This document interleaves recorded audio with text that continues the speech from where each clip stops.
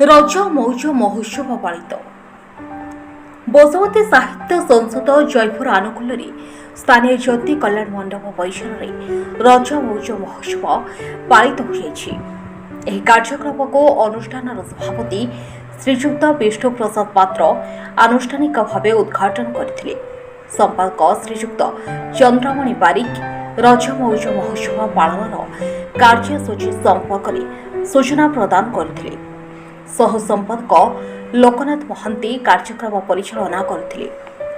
ଅନୁଷ୍ଠାନର ସଭ୍ୟ Yogeshwar Panda, Ranjit Kumar Patnaik, Ramakrishna Sahu, ଟୁକୁରୁ Das, engineer Anil Kumar Panigrahi, Manoj Tripathi, engineer ନିର୍ମଳ ଚନ୍ଦ୍ର ମଲ୍ଲିକ, ଭଜନ ସିଂ, ବିଜୟ ନାୟକ, ଅସିତ ରଞ୍ଜନ ବାରିକ, ଜାନକୀ ପାଣିଗ୍ରାହୀ, ସରସ୍ୱତୀ ସାହୁ ପ୍ରମୁଖ କାର୍ଯ୍ୟକ୍ରମ ପରିଚାଳନାରେ ସହଯୋଗ କରିଥିଲେ।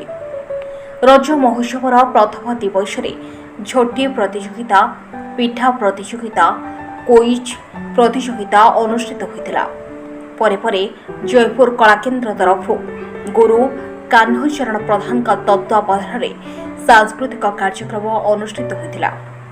ଏହି କାର୍ଯ୍ୟକ୍ରମ 3 ଦିନ ଧରି ଚାଲୁ ରହିବ ବୋଲି ସଭାପତି ଓ ସମ୍ପାଦକ ଘୋଷଣା କରିଥିଲେ।